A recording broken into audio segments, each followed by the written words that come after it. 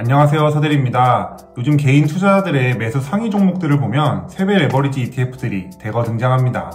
매수 상위 1위는 너무나도 유명한 나스닥 세배 레버리지 ETF인 TQQQ이고 2위도 반도체 세배 추종 ETF인 SOXL이죠. 그 외에도 다양한 세배 레버리지 ETF들이 매수 상위 리스트에 포진해 있습니다. 요즘은 지수 추종 레버리지뿐만 아니라 개별 종목을 세배 추종하는 상품들도 적극적으로 투자하는 모습입니다. 삼슬러로 유명한 3LTS가 대표적인 종목이죠.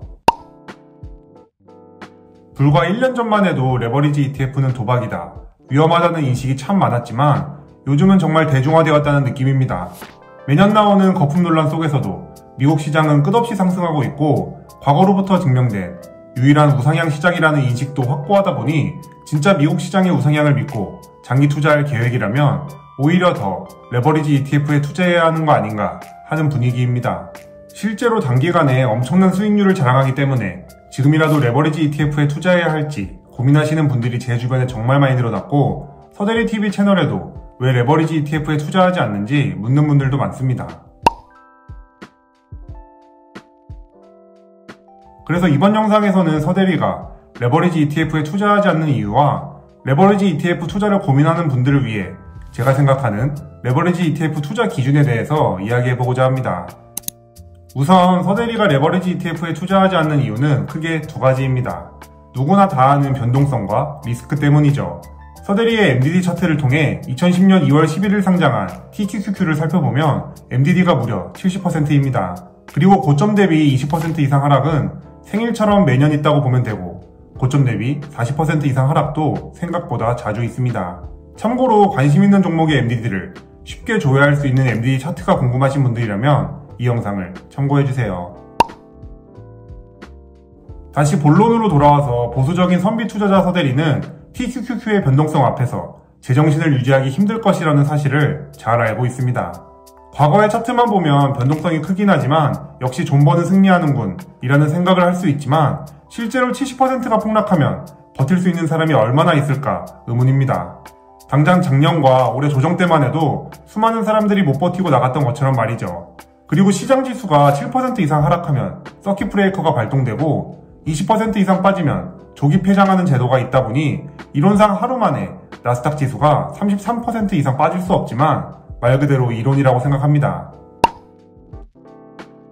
실제로 TQQQ의 설명서를 보면 하루 만에 돈을 다 잃을 수 있다고 나와 있습니다. 그 이유는 아마 레버리지 ETF의 리밸런싱 리스크 때문일 것입니다. 펀드를 리밸런싱하는 과정에서 세배를 제대로 추종하지 못할 가능성이 있습니다.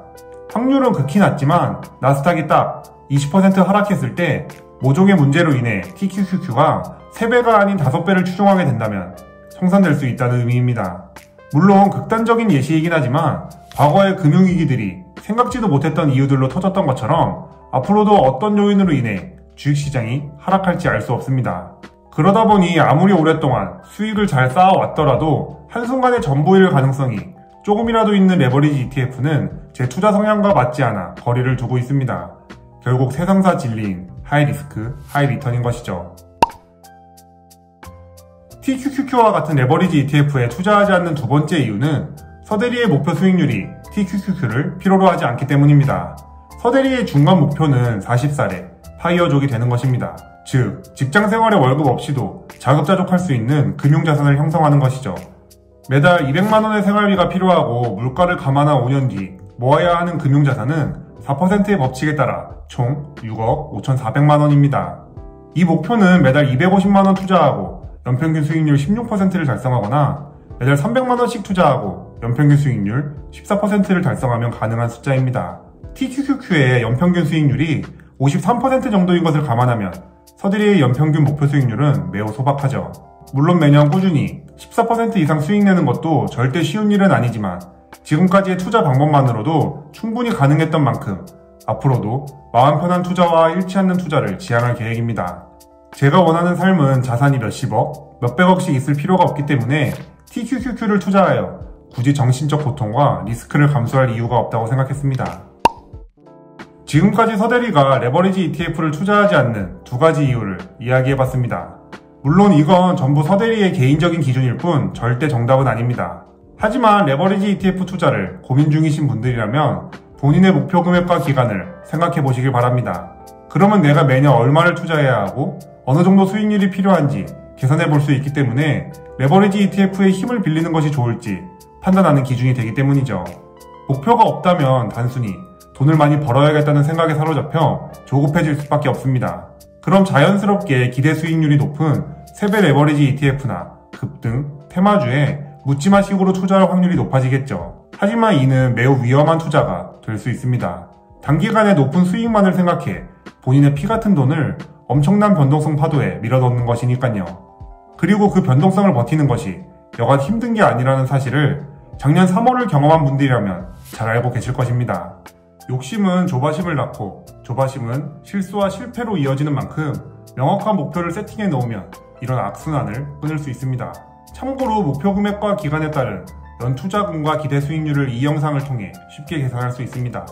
목표 세팅을 통해 체계적인 재테크를 고민하는 분들에게 추천하는 영상입니다. 세배 레버리지 ETF 투자에 대해서 좋다, 나쁘다를 판단할 이유가 없고 그럴 필요도 없습니다. 그냥 본인의 목표와 재정 상황에 따라 레버리지 ETF를 포함한 다양한 자산들을 투자에 활용하면 될 뿐입니다. 이 관점에서 서대리는 레버리지 ETF의 힘이 필요하지 않기 때문에 포트폴리오에 편입하지 않는 것입니다. 물론 투자로 많은 수익을 내면 기분은 좋아지겠지만 남들과 비교하면 끝이 없기 때문에 누가 얼마를 벌었다는 얘기에 신경 쓰면서 나도 그만큼 혹은 그 이상 벌어야겠다는 경쟁의식보다는 본인의 목표에 집중하는 것을 추천합니다. 그리고 그 목표를 달성하기 위한 수익률을 계산해보고 레버리지 ETF 투자가 필요할지 생각해보면 고민 해결에 조금이나마 도움이 되지 않을까 싶습니다. 인간은 사회적 동물이지만 투자에 있어서만큼은 고독해져야 성공할 확률이 높아지는 것 같습니다.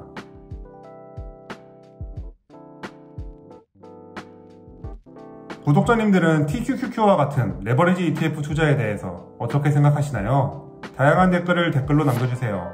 제 채널이 구독자님들의 자본주의 라이프에 조금이나마 도움이 되었으면 좋겠습니다.